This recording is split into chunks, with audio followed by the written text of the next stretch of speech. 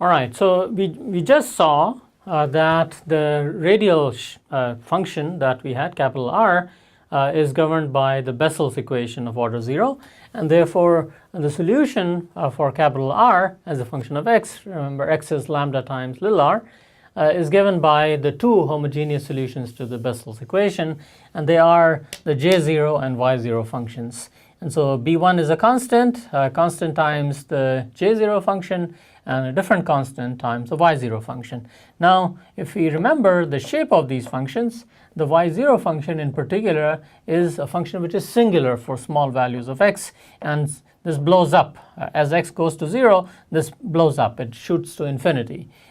And so at the center, if we have this coefficient non-zero, then the total solution will blow up at the origin. And so that is an unacceptable solution. The solution must be finite everywhere over the domain. And so requiring that the solution be finite allows us to insist that this coefficient b2 must be 0.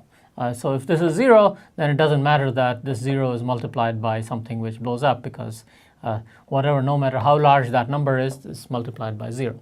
So that is gone. And so now the radial dependence is this unknown constant b1 times j0 of lambda r.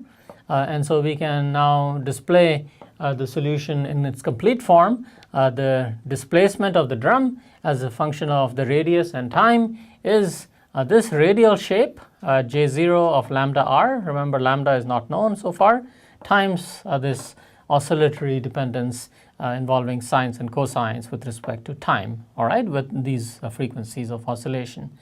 And so this solution must satisfy the boundary conditions on the problem, namely that if we evaluate the solution at the outer boundary at r equals a, we substitute r equals a, this factor then becomes j0 of lambda a. This whole factor is just written over here. So this whole solution must actually be equal to 0, because at the outer boundary we have a fixed boundary. The rim of the drum is not moving at all, and so this must be equal to 0. And so here we have a function of time, and here we have a multiplying factor. The only way we can satisfy this equation for all times is to choose this factor. This prefactor must be equal to 0. j0 of lambda a must be equal to 0.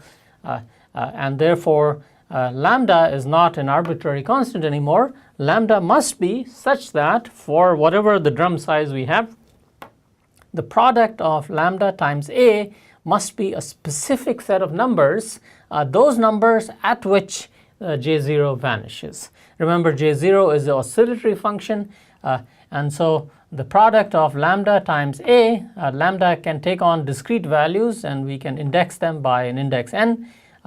What values? Those specific values at which j0 vanishes. So we call the nth 0 of the Bessel function of order 0 by this notation. Little j subscript n with a superscript 0 corresponding to the 0th order Bessel function. And so j0, big J0 of little jn superscript 0 is equal to 0. So this is the nth 0 of the 0th order Bessel function. All right. So these are numbers that are known. We can calculate them in advance.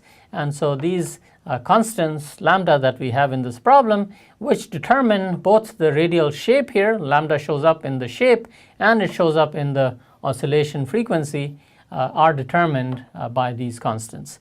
And so we're going to make use of this. So let's look at what this means, that the values of lambda are specific values by a graph. And so let's look at this graph.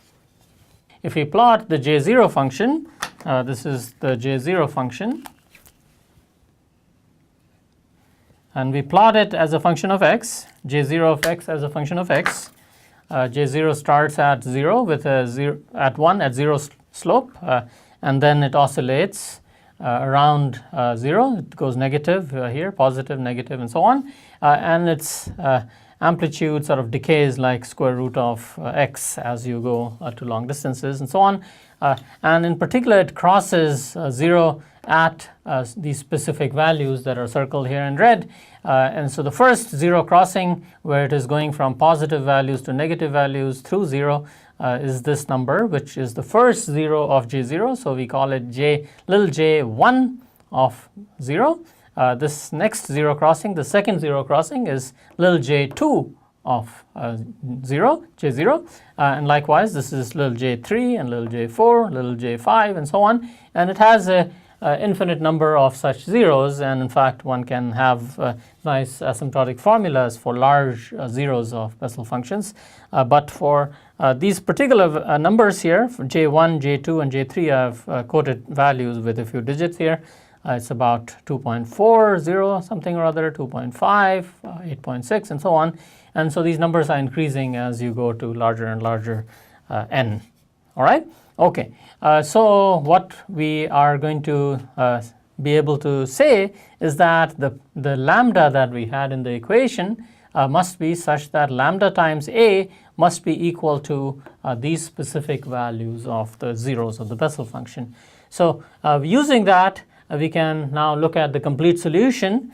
So we can say that the displacement as a function of r and t is now expressed in this form. And so what we are doing here is, since this problem is it's a linear problem, and so we can superpose solutions corresponding to each of these discrete values lambda.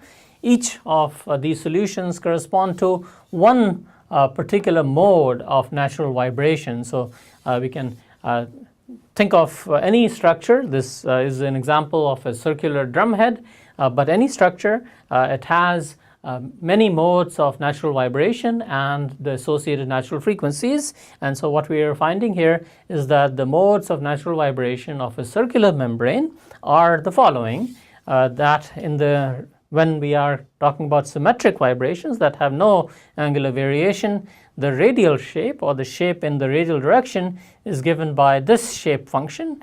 We can say this is the mode shape, or we can call it the eigenfunction associated with this vibration problem. And the time variation corresponds to this frequency omega sub n, which is jn0 times c divided by a. C, remember, is that wave speed that showed up in the partial differential equation. Jn0 is the nth zero of the J0 Bessel function. A is the radius of the membrane. And so omega sub n is the frequency, natural frequency of oscillation of this mode shape. So as we go from n equals 1, 2, 3, and so on, since j values as n increases, the natural frequency is going to increase in proportion to these numbers that we have over here. So as we consider higher modes, higher modes of natural vibration, their natural frequency will be correspondingly higher, and their shape, their radial shape, is going to be associated with this function. And so let's plot this and get a sense of what this shape is going to look like. And so we can plot these mode shapes here. Here, this is the first mode, J0 of this argument, plotted against R, and it starts at 1 with 0 slope and monotonically goes to 0 at the outer boundary. And in the middle, in this interior of the domain, it does not have any opportunity to cross the 0 line here. Why? Because this is the first time the J0 is crossing. So this interval of the original function is essentially mapped over here. That scaling factor is associated with this coefficient here. All right? So if we consider the second mode, then what's going to happen is that this much of the domain in J0x versus x is going to get mapped into the physical domain r equals 0 to the outer boundary. And so that portion is shown over here.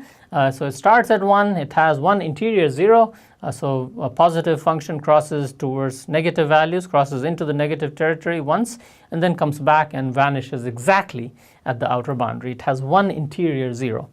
If we go to the third mode, we will have starting at 1, goes down, crosses once more, and then vanishes exactly at the outer boundary. This portion is this region in the original plot.